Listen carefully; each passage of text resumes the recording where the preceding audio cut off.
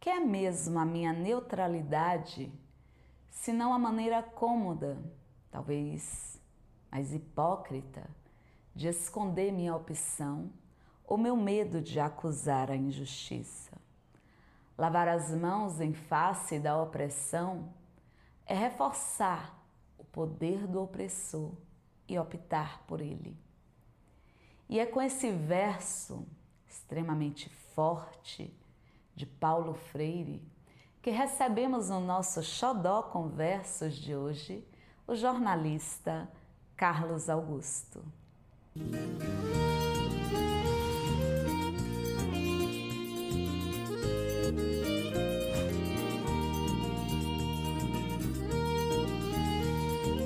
E o Xodó Conversos de hoje é um desafio. Vou receber o jornalista Carlos Augusto. E em minha defesa, eu vou logo reforçando mais uma vez que não sou apresentadora, apenas mediadora das atividades e convidados que trazemos por aqui. Carlos Augusto é uma das tantas pessoas de luz que a vida trouxe para mim.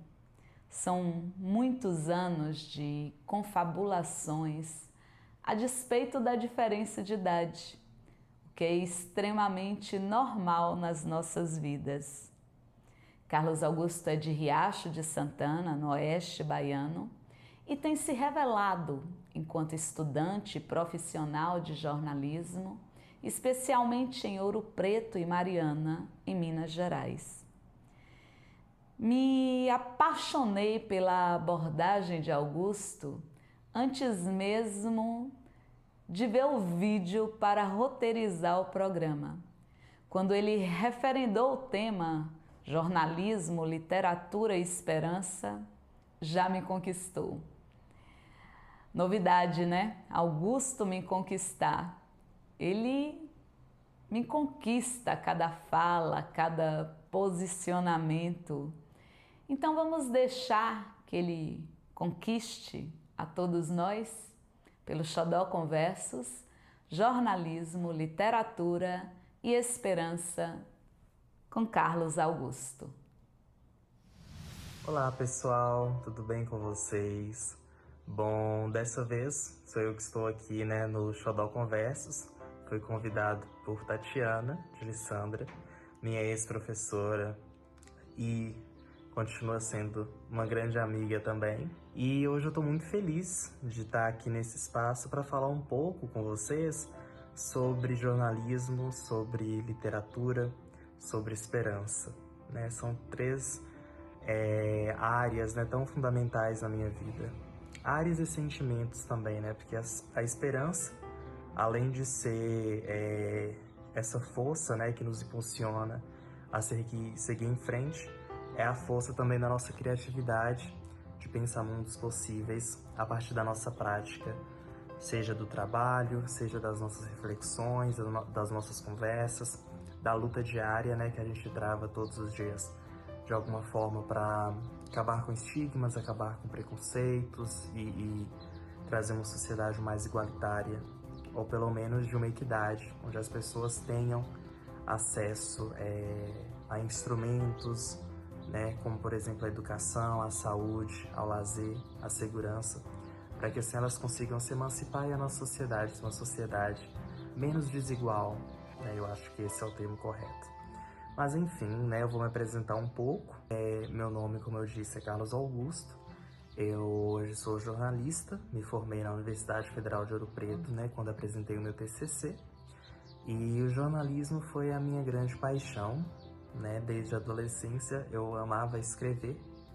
E a partir desse momento, então, eu decidi, que eu maior faria jornalismo, e o jornalismo seria aí o meu primeiro passo.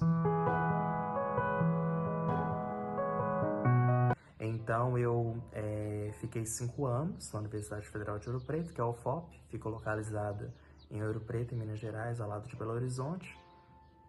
E lá eu tive, assim, as minhas primeiras oportunidades no que diz questão à profissão e aos estudos também. A UFOP foi um lugar que me abriu não somente portas em questões profissionais, mas também abriu a minha mente, né, me permitiu pensar além do que eu já estava acostumado, né? E essa visão realmente pragmática também, muitas vezes, de que a vida, a gente muda de pensamento, né? Muitas vezes, e isso é extremamente necessário para que a gente não fique em pensamentos que são infundados, né? Ou que de alguma forma gere preconceito, gere divisão, gere o ódio, gere a violência.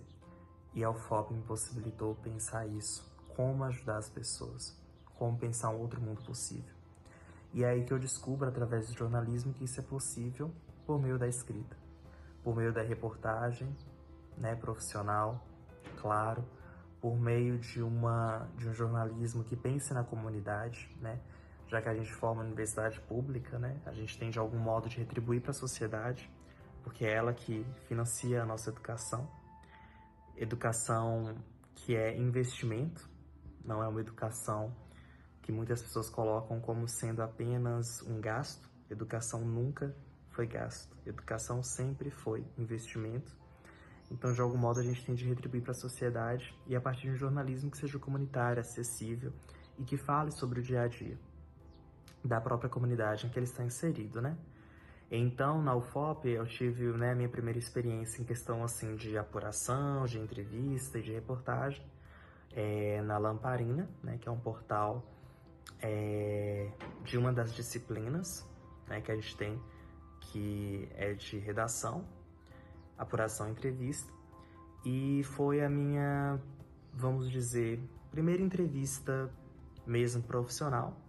Ela aconteceu durante os 500 anos da Reforma Protestante no Brasil, onde eu entrevistei o Leandro Carnal e também um dos professores da UFOP de História, Luiz Estevão. E essa oportunidade ela foi magnífica, porque foi o primeiro momento onde eu tive acesso mesmo a um evento, né, acadêmico que falava tanto sobre o contexto do Brasil, ainda mais em se tratando de religião. E foi um momento onde eu conheci uma pessoa que eu já conhecia através da mídia, que era o Leandro Carnal, mas a gente não tinha acesso de algum modo pessoalmente. E naquele momento ali a gente teve, né, esse acesso ao Leandro Carnal e a gente pôde de alguma forma compartilhar para as pessoas, né, o que aconteceu durante o evento, do que se tratava o lançamento do livro, né, que ele estava publicando na época. Então foi uma experiência assim fantástica para mim, de também buscar um outro tipo de jornalismo, que era um jornalismo mais cultural, um jornalismo mais voltado mesmo para a cobertura, né, desses eventos de cultura. Depois disso, anos à frente, eu também fui repórter na revista Coringa, que é uma das revistas também que fazem parte do nosso currículo. E naquele momento eu tive de ir para uma tribo indígena.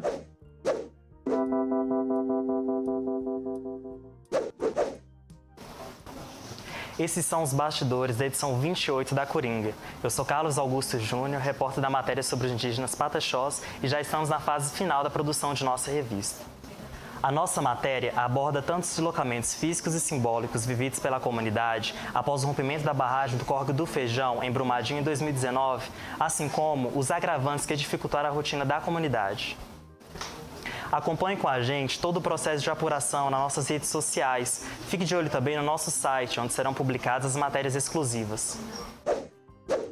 A gente entrevistou essas pessoas justamente devido ao rompimento da barragem de Brumadinho. Então a gente foi para Brumadinho, né, realizar essa entrevista com indígenas e a gente ficou um dia quase justamente fazendo essa entrevista, e que não foi apenas uma entrevista, mas foi uma questão também da ordem da vivência, né, de a gente se sentir naquele lugar, ainda que ele de fato não pertença a gente, de algum modo compreender de como aquela vida se estrutura, se a gente for pensar em questão dos rituais, se a gente for pensar em questão da lógica do próprio cotidiano, e também desses pensamentos de que eles têm de ser igual a gente no sentido de urbanizados, de, entre aspas, civilizados, a gente criticava muito isso. Por que colocar os indígenas nessa categoria? Por que não reconhecê-los da forma como eles vivem, de uma vida que a lógica é diferente da nossa, não é uma lógica produtivista, como a gente vive na nossa sociedade, e que foi diretamente afetado pelo rompimento dessa barragem, porque um dos rios que passava por ali, que é o rio Paraopeba, foi o rio atingido pela lama da barragem. Então a gente queria justamente entender aquela situação. Quais foram as problemáticas, os efeitos, né, que aquele rompimento gerou naquelas vidas. Eu posso colocar aqui na descrição o link de acesso à matéria, porque eu acho importante que vocês tenham acesso. Posso colocar os links de todas as matérias das quais estou falando, mas essa em si foi a matéria que mais, enquanto jornalista, mais me instigou a continuar na luta, né, de algum modo, de trazer o espaço para essas vozes, não de dar voz, porque todo mundo tem voz. Todo mundo tem voz. A gente precisa ceder espaços. Seja o espaço midiático, o espaço educacional, o espaço político, não importa. Por isso a gente fala de representatividade. Essas pessoas precisam estar ali para que outras pessoas, assim como elas, também se sintam pertencentes àqueles espaços.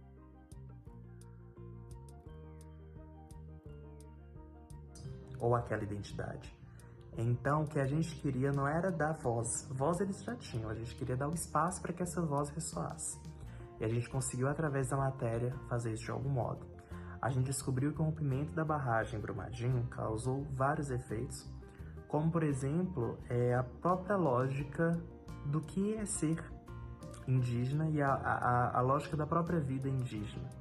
O rio é a casa-mãe, vamos dizer. Era o modo assim que eles mais ou menos expressavam pra gente. É o lugar onde tudo nasce, a energia, né, de onde vem essa força. É um significado simbólico por eles estarem diretamente conectados à natureza. Se o homem da cidade, se o homem urbano, ele perder essa conexão com a natureza, eles sempre tiveram. De reconhecer o rio não como uma coisa qualquer, mas um espaço de energia, de simbolismo, de vivência, né? E aí quando a gente pensa na floresta também, porque todo o bioma ele é afetado, eles também me falavam como a gente ia, por exemplo, caçar, né? Como a gente poderia se alimentar de uma caça, já que essa caça também estava, de algum modo, vamos dizer assim, também foi atingida por isso. Estava contaminada, né? Essa caça não podia comer, né? Justamente por causa das substâncias que existiam ali. A mesma coisa, como a gente vai tomar um banho em um rio que foi atingido pela lama de rejeito, tóxica, altamente tóxica, né? Existem não sei quantas substâncias ali, como a gente poderia fazer isso? Então toda a lógica de uma vida ela é mudada. E a grande questão é que o interesse financeiro, o interesse governamental não estão voltados para essas pessoas, não estão voltados para essa realidade que elas vivem, né? Mas pelos interesses das empresas, das grandes empresas, que não, de alguma forma vão ressarcir por todos os danos que foram causados ali naquele espaço. E nessa reportagem a gente reporta, né, todos os problemas jurídicos e tudo mais que eles acabaram sofrendo por quererem que, de algum modo, existiam algumas petições de que eles saíssem dali, de que eles deixassem aquele lugar. A gente conversou com algumas pessoas da vizinhança, né? E algumas delas diziam que não era legal eles estarem ali, que não é um espaço adequado, que eles geram muito problemas, que são muito críticos, né? Então a gente via problemas que para muita gente poderia ser um problema qualquer, mas que para a gente e para eles, né, precisava ser reportado, precisava ser comunicado, precisava ser dito, né? A voz precisava ganhar espaço.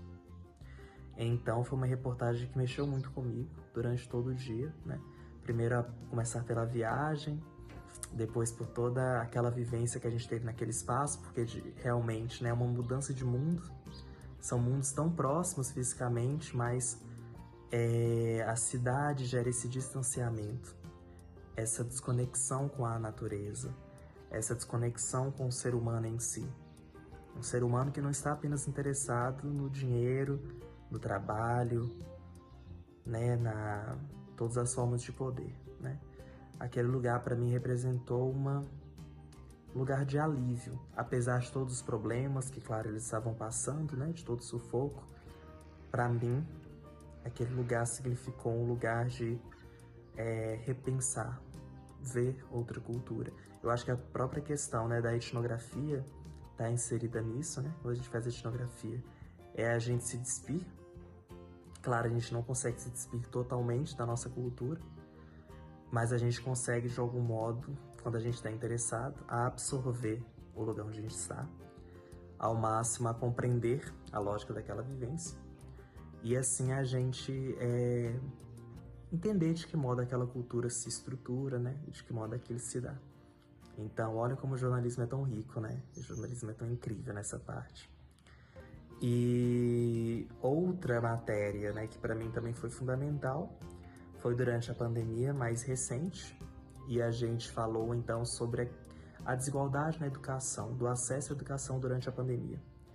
A diferença entre as escolas privadas e as escolas públicas. Então a gente entrevistou, né, alunos que tinham, grande parte das pessoas que estavam na rede pública não tinham acesso a computador, a internet de qualidade, né, uma banda larga que fosse realmente alta para dar conta das atividades, né, para dar conta de todo o conteúdo.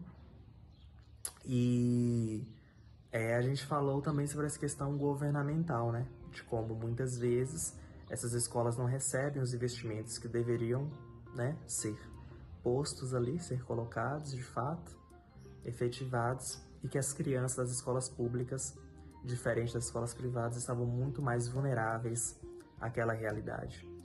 E o bom dessa matéria é que ela foi diretamente atual, muito atual, né? Justamente por trazer essa realidade durante a pandemia em si. Então, a gente estava vivendo aquele momento e reportando aquele momento. Então, para mim também, como jornalista de algum modo, mostrou, né, como a gente consegue registrar alguns momentos. E não só registrá-los, a gente não falava sobre a pandemia, a gente falava sobre um efeito que ela produziu, né? Que é o que hoje, quando a gente vai estudar, a gente pode entender, né, como um grande evento, né? Ou como um acontecimento que gera outras realidades, outras desigualdades e vários outros problemas. E aí, né, mais uma reportagem também que para mim foi muito especial, interessante, e que, claro, me levou aí 1 ano para ser escrita, foi a minha grande reportagem, que é fruto do meu TCC. E essa, para mim, é a mais especial de todas, é de onde eu falo que eu sou hoje, né? Que eu atuo hoje, e no jornalismo que eu acredito, que é um jornalismo diversificado, plural, um jornalismo que traz o testemunho como centro do debate, a fala das pessoas que não estão na mídia, ou vamos dizer, na mídia de referência, na grande mídia. São pessoas que muitas vezes são descartadas das notícias, suas violências, né, as violências que elas sofrem, na verdade, não são noticiadas. E a partir disso, eu construí então uma grande reportagem que falava sobre sexualidade e sobre educação. De como a partir, né, desse novo ensino médio, proposto pelo governo Bolsonaro, né, e agora em funcionamento, trazia uma realidade muito distante da realidade do jovem brasileiro, que precisa de algum modo conhecer a própria realidade que ele vive. Sem reconhecer a realidade que a gente vive, o próprio Levi-Strauss diz sobre isso, a gente não vai conseguir, né, compreender o presente, a gente não conseguir compreender as forças que estão, né, interferindo na nossa vida, nos atravessando de algum modo nesse momento. Então eu construí essa reportagem, a gente teve mais ou menos 13 entrevistados, né? E uma gama imensa de documentos que eu li, de reportagens que falavam sobre o assunto. Mas os grandes testemunhos mesmo, né? Os grandes relatos é o que marcam a minha reportagem, de algum modo. Eu acredito enquanto jornalista, eu acredito que o próprio leitor também pode ter essa sensação, mas enquanto jornalista, o que mais me marcou em si foram os relatos e os testemunhos. Pessoas, por exemplo, transexuais, que exporam de algum modo as violências que elas sofreram durante toda a vida na escola. Elas colocam que a escola é um lugar de violência, é um lugar que muitas vezes elas sofrem os primeiros xingamentos, os primeiros murros, tapas e agressões, simplesmente por serem o que são, simplesmente por se aceitarem da forma como elas são e de algum modo não estarem incluídas no padrão que se coloca, que é o padrão heteronormativo, né? Ou seja, o homem e a mulher, de algum modo, enquanto papéis sociais, representariam a nossa sociedade como sendo o padrão a ser seguido. Quando essas pessoas não seguem esse padrão justamente porque elas não nasceram para seguir esse padrão, né? Elas não são diferentes, na verdade elas são humanas, como todos nós. Existe apenas uma diferença em questão de identidade de gênero, né? Ou, né, como a gente pode dizer, em outras pessoas da sigla LGBT, se for uma pessoa que ela é bissexual, se for uma pessoa que ela é gay, existe uma questão de orientação sexual, que é totalmente diferente da própria identidade, mas assim, são pessoas que têm direito, são pessoas como todos nós, que precisam ser reconhecidas, respeitadas e, por obrigação e por lei, devem ter direito a uma educação de qualidade, uma educação que não promova a violência, uma educação que não promova a divisão, uma educação que não te impeça de continuar nos estudos, uma educação que não te impeça de você ser qualificado para o mercado de trabalho, de uma educação que, ao contrário, te permita ser quem você é, que te permita ser respeitada ou respeitado na sala de aula, assim como todos os outros são, de ter voz, de sair dali e ter a possibilidade de ter uma profissão que não seja uma profissão exploratória, né, mas uma educação que realmente esteja engajada para gerar pessoas pensantes, pessoas de direito, que reconhecem os seus direitos. Então foi pensando justamente nessa questão que eu escrevi a minha reportagem. E uma das pessoas entrevistadas foi a Paula Beatriz, que foi a primeira diretora trans, né, do Brasil e da rede estadual de São Paulo. A Paula é muito entrevistada, foi um processo muito difícil de apuração, porque essas fontes que são mais midiáticas, né, a gente tem uma dificuldade de achar horário. Porque além das entrevistas, elas também têm a vida delas, né? Elas têm muita gente para dar atenção e muita coisa também para resolver. Ainda mais Paula, uma diretora de uma escola bem grande em São Paulo. E a Paula é uma mulher trans, preta, assim como ela se descreve. E ela me fala de uma forma tão instigante o respeito que os alunos e as alunas têm por ela na sala de aula e na escola como um todo. O amor que eles sentem por ela. Porque, de fato, apesar de todo o preconceito e apesar de tudo que viveu, Paula fala que isso, de fato, nunca foi algo que mexeu assim diretamente, porque ela sempre teve muito respeito das pessoas. Mas ela fala que realmente a violência está na escola. E para que a gente combata essa violência, a gente tem que mostrar para as outras pessoas que nós todos somos iguais em questão de direito, que todos nós precisamos ser respeitados e que a escola é o lugar da diversidade. Nós, apesar de iguais, temos características diferentes.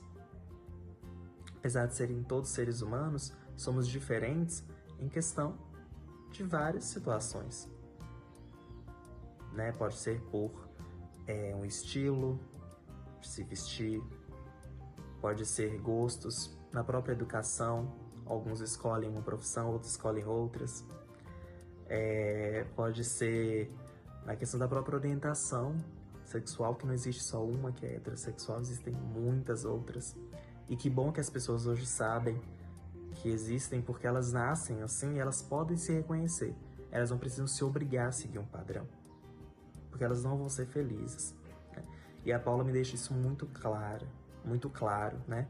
Ela fala comigo, Augusto, como professora e como educadora, é esse o meu papel, né? É educar a sociedade, trazer uma sociedade mais inclusiva, mais igualitária, preocupada com a desigualdade, e além de preocupada com a desigualdade, também que quebre essa desigualdade, que transforme a sociedade. Então foi uma experiência muito também linda que eu tive durante a entrevista com Paula, me ensinou muito. Também a respeitá-la, também a respeitar cada vez mais as pessoas transexuais, né? E buscar por direitos, né? A reportagem também traz muito essa discussão, né? De como ainda a gente tem vários problemas, por exemplo, com o nome social, né? A Paula, por exemplo, ela se chama Paula, mas na sociedade que a gente vive, alguma pessoa pode chegar e perguntar qual é o seu nome antigo, mas que sentido isso faz, perguntar o nome antigo? Na minha reportagem, eu decidi por não colocar, porque não faz sentido. Pessoa é uma pessoa trans, uma pessoa que já passou por um processo, por que eu tenho que voltar na história dessa pessoa? E na história, quando eu digo, né, numa versão que não é ela, uma versão que não era ela, não faz sentido. Então, esse jornalismo que também se impõe, né, esse jornalista que também encontra no próprio texto e na própria prática formas de subverter a lógica tradicional, hegemônica, também é importante que o jornalista faça isso. Outra coisa que eu fiz também foi trocar os nomes das fontes entrevistadas, dos alunos e das alunas, por nomes fictícios. De alguma forma, resguardar o direito dessas pessoas de terem o anonimato ali. Por quê?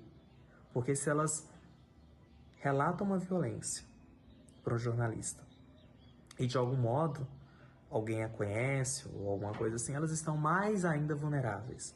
Não é o papel do jornalismo deixar alguém mais vulnerável. É o papel do jornalismo trazer esses relatos de alguma forma, né, para elucidar as situações que existem na sociedade, trazer a informação, dar o direito, né, o espaço a essas pessoas para que elas falem, mas é ainda mais importante ter segurança, prezar pela segurança. A gente tem visto aí, né, no caso da Clara Castanho, de que forma, né, ela como uma mulher foi exposta pela sociedade através do jornalismo. Mas um jornalismo que não é de fato um jornalismo que pensa na segurança das mulheres, não é um jornalismo que pensa na diversidade, um jornalismo que pensa no direito da mulher a ter escolhas, né, a ter escolhas sobre o seu próprio corpo. Não é um jornalismo crítico em questão de violência, sobretudo violência que é direcionada, né, uma violência baseada em gênero. Um jornalismo que não se preocupa com essas questões e que está aí a serviço, né, de interesses que são do capital, da lógica capitalista de gerar fluxo de notícias cada vez maiores, cada vez mais desrespeitosos, né, um caça-cliques, né, como a gente chama, e um jornalismo que não se presta, de fato, a gerar equidade, criticidade, respeito, né, e, sobretudo, empatia. Eu não acredito num jornalismo que não seja empático, de fato. Quando as pessoas dizem bem assim, mas cadê a imparcialidade, cadê a objetividade? Eu pergunto, cadê justamente a imparcialidade nesses programas que reproduzem preconceito? Porque eles não são imparciais, nenhum deles. A imparcialidade é uma questão muito assim, utópica talvez. Porque são seres humanos que estão escrevendo as notícias. Quando eu como jornalista, em uma determinada notícia, escolho dizer, por exemplo, que um ladrão assaltou determinada casa, né? Ladrão furta celulares em Ipanema, vamos imaginar. Eu estou falando isso de uma pessoa branca ou de uma pessoa preta? Na maioria das vezes, uma pessoa preta. Mas se eu falo morador da Zona Sul, adolescente da Zona Sul, furta em Ipanema ou numa festa, ou qualquer lugar que seja, ou usa drogas, ou comercializa drogas, eu não vou chamar de ladrão. Muitas vezes, vão chamar de quê? De morador da Zona Sul, adolescente, jovem. Mas o ladrão, né, é como se existisse uma paleta de cores. Né? Quanto mais a gente vai ficando mais próximo da cor clara de pele, a gente vai usar outros nomes que não sejam os pejorativos, como ladrão, assaltante, criminoso, meliante, para a gente chamar as pessoas que são de outra classe. Né? Quando a gente traz a questão da própria Clara, né, que é colocada como uma menina que relata um determinado crime sexual que aconteceu contra ela, um estupro. Clara não relatou nada porque ela não fez aquilo pensando em uma notícia que seria divulgada. Ela não relatou para que aquilo ali fosse divulgado. Ela não relatou. Na verdade, o jornalista sem escrúpulos acabou justamente publicando uma informação que era privada, que nada, não tem valor notícia. Não tem valor notícia o modo como tudo isso aconteceu. O único valor notícia que eu vejo, né, seria a própria questão do crime em si, mas que não foi o foco da matéria. Né? A Clara foi mais criminalizada do que o estuprador. O estuprador ficou no anonimato e a Clara, enquanto artista, sofreu ainda mais aquela onda de violência, né? De as pessoas dizerem, mas por que em vez de doar a criança não cuidou, não ficou? Se ela tivesse abortado, com certeza seria 1000 vezes pior. Né? Porque se aborta é criminosa, se doa é criminosa. E a mulher é sempre criminosa. Né? Então, eu abri esse parênteses aqui só para explicar de que modo eu pensei a minha reportagem, de que modo eu a estruturei, de que modo eu fui pensando nisso. Também vou colocar o link aqui abaixo, vocês podem ler. Mas, a partir desses relatos, né, eu soube, por exemplo, casos de tentativas de estupro em banheiro escolar. Né, 2 meninos heterossexuais, eles tentaram estuprar uma pessoa trans, uma mulher trans, dentro de um banheiro. E é justamente a sociedade que critica essas pessoas, que tem o ódio contra essas pessoas, são as que cometem esses crimes. Né? Quando a gente observa que, por exemplo, o Brasil é um dos países que mais assiste, tem acesso à pornografia, e assistem vídeos pornográficos de pessoas trans, é muito contraditório. Muito contraditório, porque são eles mesmos que também matam as pessoas trans. E o nosso país é um dos países que mais matam pessoas trans no Brasil. Além disso, eu conversei também com professores, por exemplo, um professor gay que ele não era assumido até então, no tempo da reportagem, foi o ano passado, e ele me contava de como era difícil, né, viver com o que aconteceu em questão da família, né, o não apoio, mas também de como na sala de aula ele conseguia incluir a discussão muitas vezes e outras não. Porque existe, né, muitas vezes o próprio preconceito do sistema escolar, que não parte muitas vezes só do aluno, né, mas do próprio sistema da escola, que é um sistema heteronormativo ao máximo, né. A gente fala sobre algumas questões e não outras, algumas vivências e não outras, né. E aquelas pessoas que não se sentem ali pertencentes, elas podem acabar saindo da escola, deixando a escola pelos traumas que elas passam ali dentro. Não se sentirem representadas, se sentirem escutadas, por não poderem falar, por terem que o tempo todo sofrer violências naquele espaço. Então a minha reportagem me ajudou, assim como resultado, a ser muito mais humano enquanto profissional, né? A gente pensa no jornalismo que é muito distante do discurso, muito distante da vivência dos afetos. E eu penso justamente em outro jornalismo. Jornalismo que seja realmente, claro, muito bem apurado, a busca das verdades, não de uma verdade, mas das verdades que existem. E mais do que isso, dos relatos. Mais do que verdade, alguém que conte aquilo que elas viveram. Alguém que de fato saibam falar sobre tudo aquilo que elas passaram, o significado que aquilo representa para elas, ou que aquilo tem para elas. Então foi justamente nesse sentido, né, que a minha reportagem ela foi sendo criada durante esse tempo, e eu tive o privilégio, de algum modo assim, de ter essa vivência, né, durante esse ano de 2021.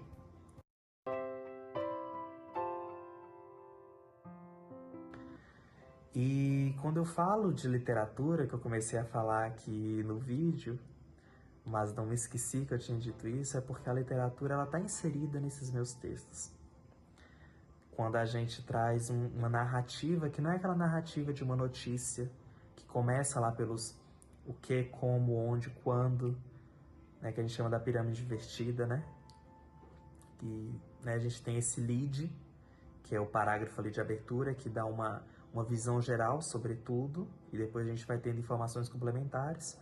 Não, a notícia que eu quero, a reportagem que eu penso, é aquela que instigue o leitor a ler, mas que de algum modo cria uma ambiência sobre aquela própria narrativa que eu estou desenvolvendo. Não é uma notícia deslocada do que aconteceu.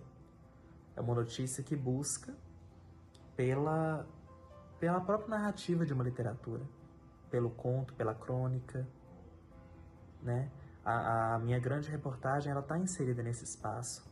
Quem for ler vai entender do que eu estou dizendo, né?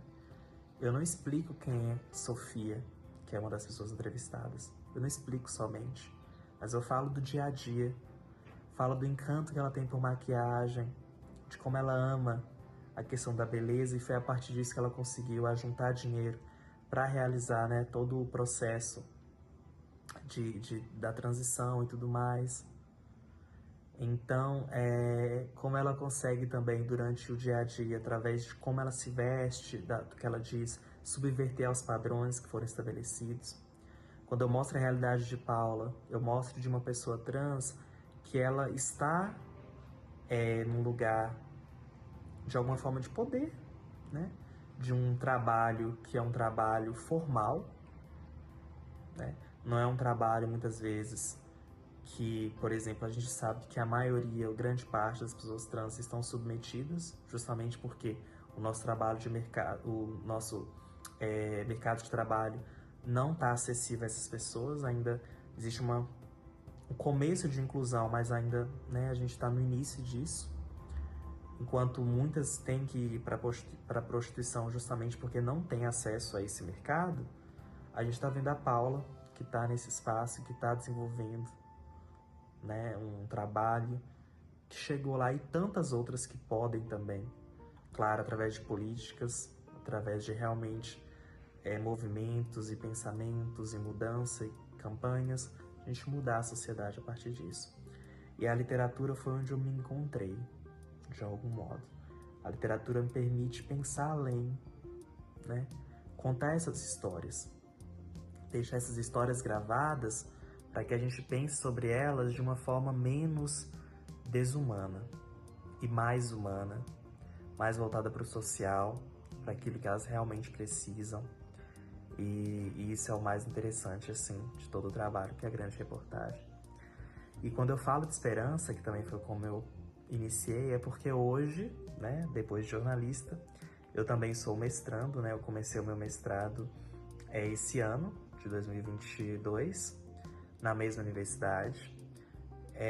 Meu tema, apesar de que estava definido, né, agora eu ainda estou em processo de reconstruí-lo, mas eu também tenho vontade de pensar esse jornalismo que trata dos afetos.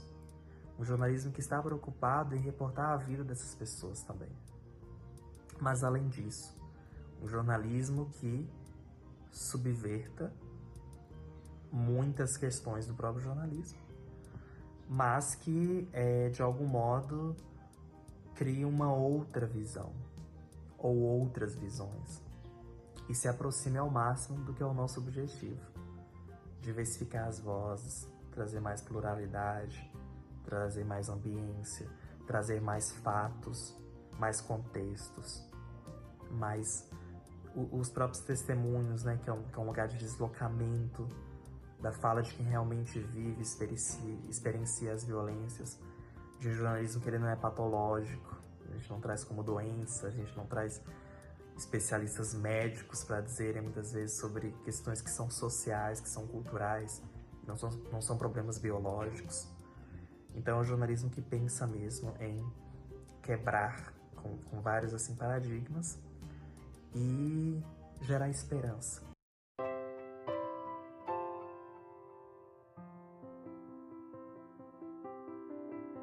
Gerar esperança. E quando eu trago esperança, é o mesmo que Paulo Freire coloca, né? Que é a gente pensar em mundos possíveis. A gente pensar em um mundo que seja menos desigual e um mundo que seja mais acessível para todos. Um mundo onde as pessoas se sintam pertencentes, se sintam bem em viver. Um mundo que nos permita estar aqui juntos, produzindo, trabalhando, se amando, respeitando, né? Um mundo que seja mais, como eu posso dizer, menos pesado. Um mundo que possa ter mais criatividade, né? Mais pensamento, mais realizações, onde as pessoas não sofram tanto como na sociedade, né? E nesse mundo e nesse momento tão cruel que a gente vive, uma questão de ordem política, econômica, onde a fome está voltando, onde as políticas públicas foram jogadas aí ao léu, onde os nossos direitos também foram corrompidos, também foram retirados, onde a universidade pública, que estava tão diversa, né, hoje às vezes, em razão também da pandemia, desse distanciamento, da falta de política pública de incentivo durante a pandemia também, gerou mais desigualdade, uma desigualdade que é abissal, né? E tantas outras questões que é importante a gente pensar, que o mundo em si, ele não é fácil, né? Quando a gente pensa na questão, né, de que o mundo é um trauma, realmente é um trauma. Para algumas pessoas o mundo é maravilhoso, assim. E pode ser maravilhoso também, mas tem pessoas que sofrem e a gente não pode esquecer de que elas existem, que a gente precisa lutar pela felicidade delas, porque a felicidade delas é a nossa felicidade. É assim que uma sociedade vive bem. E esperançar para mim é isso. Ter otimismo de que a gente vai conseguir mudar. Então, às vezes a gente mudou esse mundo, esse país, né? Porque não vai ser agora que essa mudança também vai acontecer, né?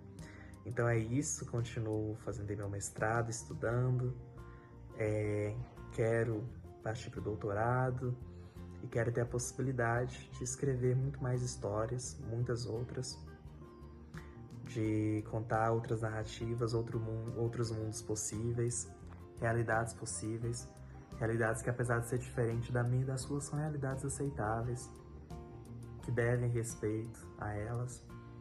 E é isso, né? Esse é um momento, assim, de mudança, também para mim e acho que para todos nós nesse momento.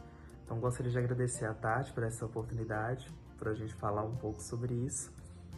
E precisarem de mim também, estou por aqui. E é isso, gente. Um grande abraço, um grande beijo. Continue acompanhando esse canal, que para mim é extraordinário, que provoca muito isso que eu tô querendo dizer aqui, outras vivências, outras realidades, cultura, muita cultura.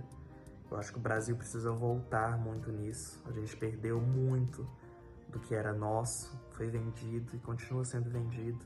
A gente continua se apropriando de outras culturas, muitas vezes, e a nossa cultura nacional, que tá aí tão linda, tão rica, a gente não dá muitas vezes devido valor. Então, pensar a própria questão do sertão, né, Tati?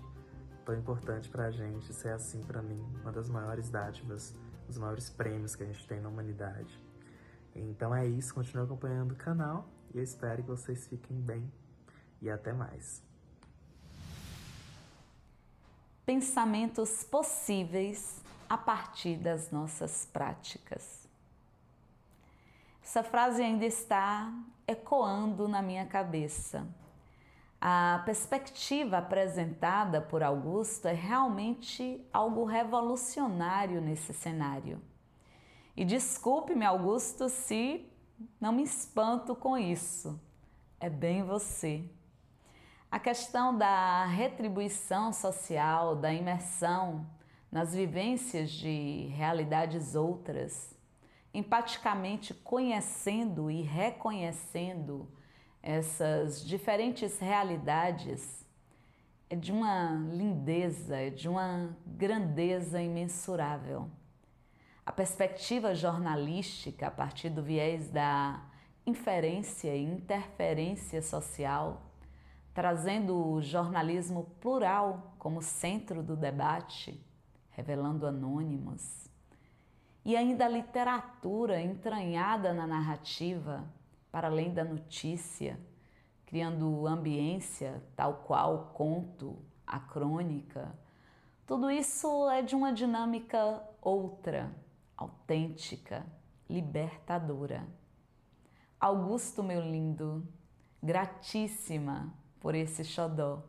Muitos beijos de luz para você que reluz para mim. E assim fechamos mais essa edição do Xodó Conversos, mas não sem antes convidá-los a compartilhar nossos conteúdos com amigos, grupos de amigos, nas redes sociais. E se você também quer trazer um conteúdo por aqui, entre em contato conosco através das nossas redes sociais, Facebook e Instagram, @XodóConversos, tudo junto, sem acento em minúsculo. Agradecemos a cada um de vocês, nossos xodós, sempre coladinhos conosco. Agradecemos ainda a Secretaria de Educação do Estado da Bahia, a Secretaria de Cultura do Estado da Bahia, IDERB, TVE, e mais uma vez vamos ficando com fé, amor e gratidão.